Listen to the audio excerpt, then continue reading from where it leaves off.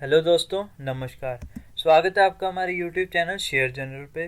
तो दोस्तों, आज की इस वीडियो में हम बात करने वाले हैं अनिल धीरूभाई अंबानी के बारे में, उनकी कंपनीज़ के बारे में, कैसा वो परफॉर्म कर रही हैं, किस टाइम पे वो sixth richest man in the world थे और आज उनकी जो नेटवर्थ है वो ज़ीरो है। तो दोस्तों, ऐसा उनके साथ क्यों हुआ, क्या उन्होंने गलत स्टेप्स लिए और उनकी कौन कौन सी कंपनीज हैं, कितना कितना कर्जा है उन पर और कौन सी कंपनी आगे जाके परफॉर्म कर सकती है। और रिटेल इन्वेस्टर्स, ये उनके लिए वीडियो बहुत ज़्यादा ज़रूरी होने वाली है क्योंकि उन्होंने उनकी कंपनीज़ में अभी भी इन्वेस्ट किया है या जो लोग इन्वेस्ट करना चाहते हैं उनके लिए वीडियो बहुत ज़्यादा ज़रूरी हो सकता है, क्योंकि आपको इससे क्लियर पिक्चर मिल जाएगी कि आपको किस कंपनी में इन्वेस्ट करना चाहिए, किस कंपनी की क्या पोजीशन है।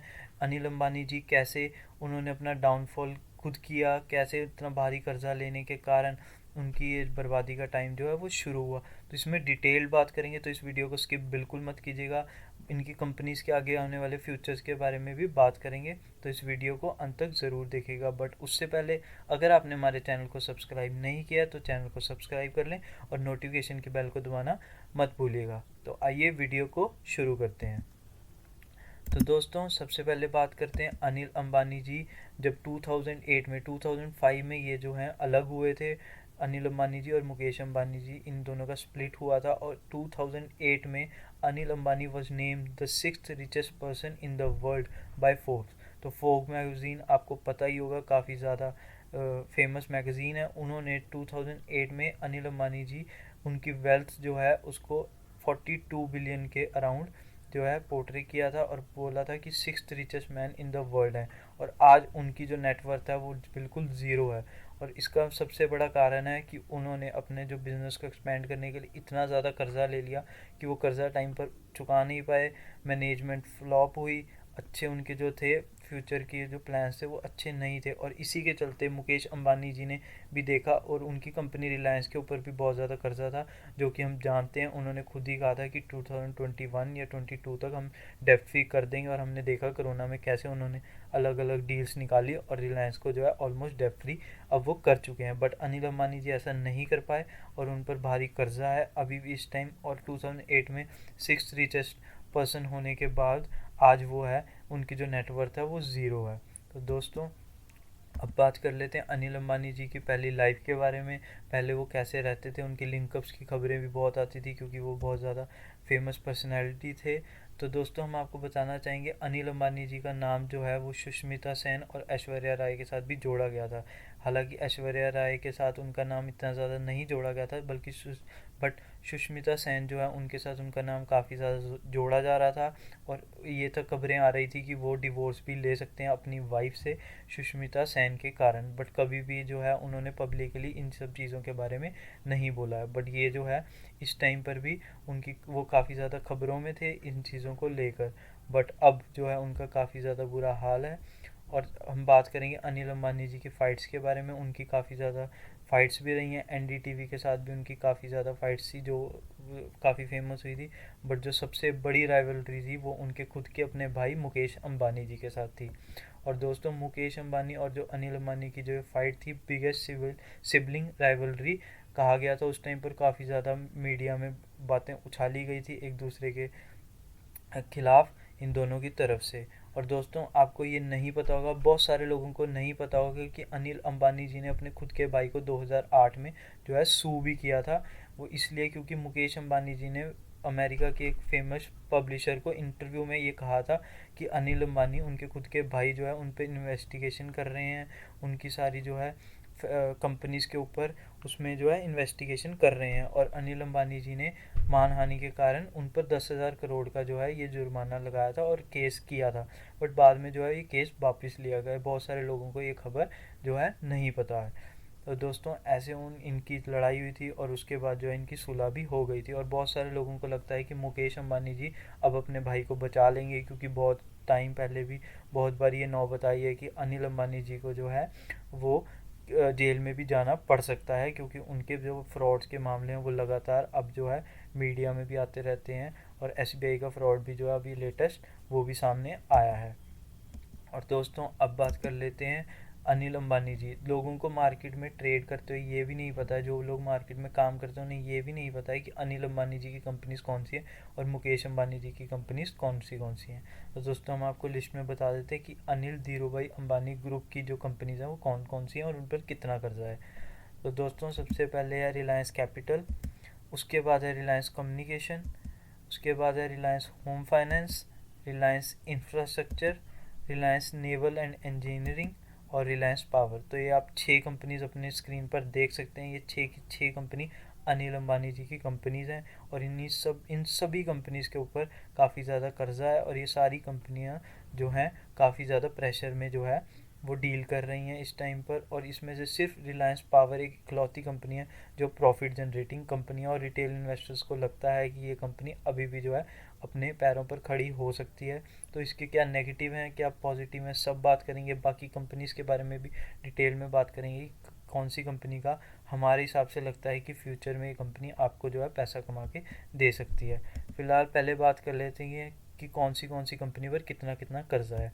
तो दोस्तों रिलायंस कैपिटल के ऊपर लगभग 7,143 करोड़ का कर्जा है और रिलायंस कम्युनिकेशन की बात करें तो उन पर 30,737 करोड़ का कर्जा है। और एसबीआई ने अभी खुलासा किया है कि उन रिलायंस कम्युनिकेशन में बहुत ज़्यादा फ्रॉड चल रहा है और लगभग इसमें 50,000 करोड़ का जो है फ्रॉड हुआ है। और दोस्तों बात करें रिलायंस होम फाइनेंस की तो उस पर 13,295 करोड़ का कर्जा है।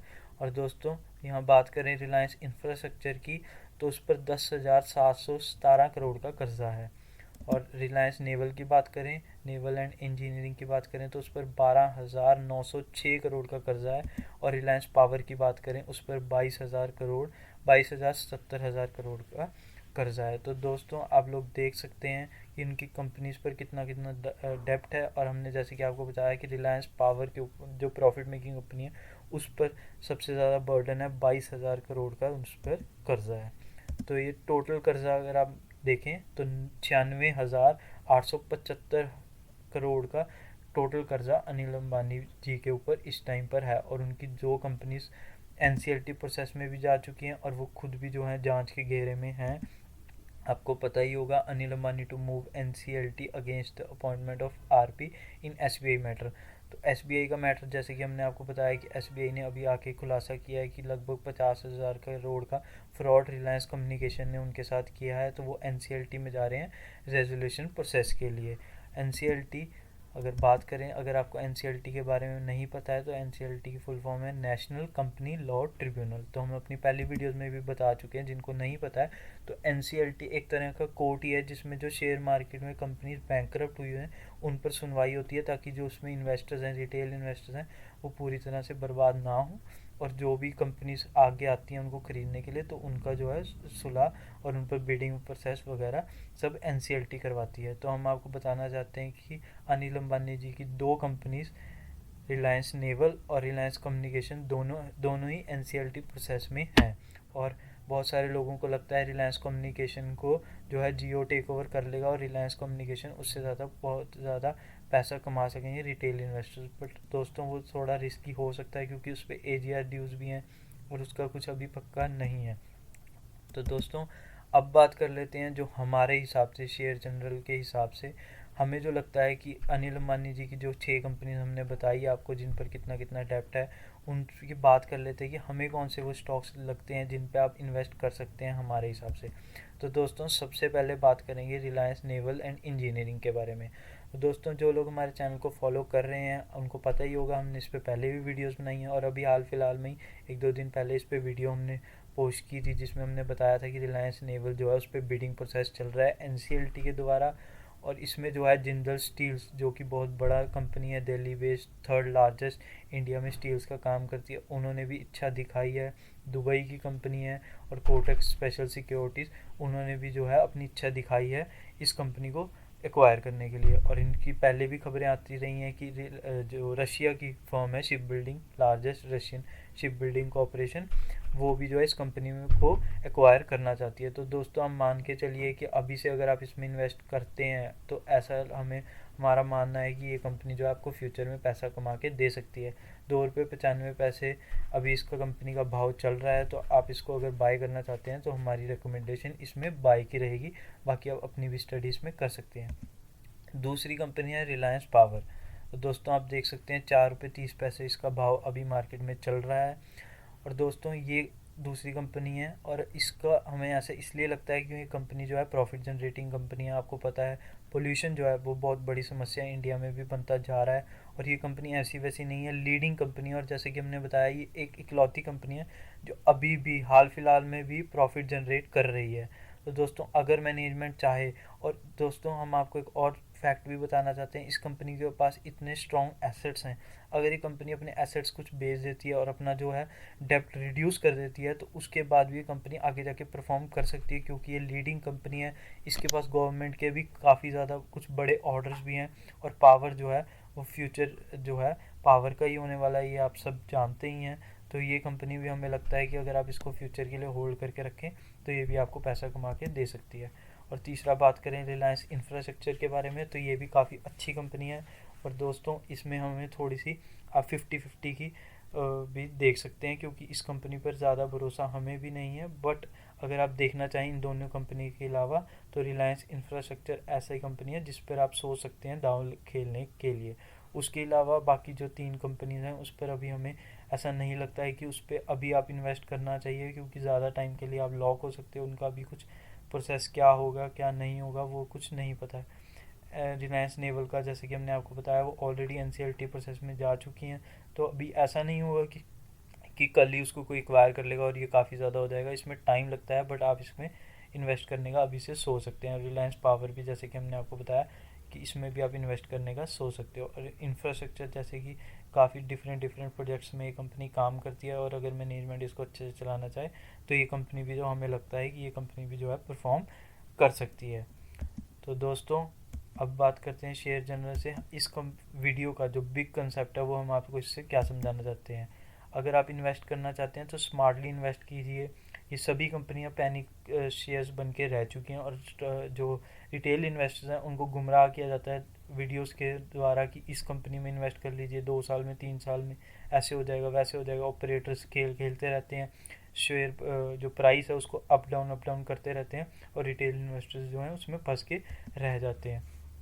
तो ये जो हमने आपको 3 कंपनीज बताई, इसमें आप अपना भी स्टडी कर सकते हैं और लॉन्ग टर्म के लिए इन्वेस्ट कर सकते हैं, क्योंकि NCLT प्रोसेस का जैसे हमने बताया, पावर का हमने आपको बताया, तो ये लॉन्ग टर्म के लिए काफ़ी ज़्यादा अच्छे हो सकते हैं और आपके एक वेल्थ क्रिएट करने में आपकी जो है मदद कर सकते हैं। बट दोस्तों, शेयर मार्केट में आप इन्वेस्ट करते हैं तो आपको पेशेंस रखनी होगी, लोअर सर्किट में घबराना नहीं है। अगर आपने स्टडी किया और आपको लगता है कि ये शेयर परफॉर्म कर सकता है तो पेशेंस रखिए, वो आपको पैसा कमा के ज़रूर देगा।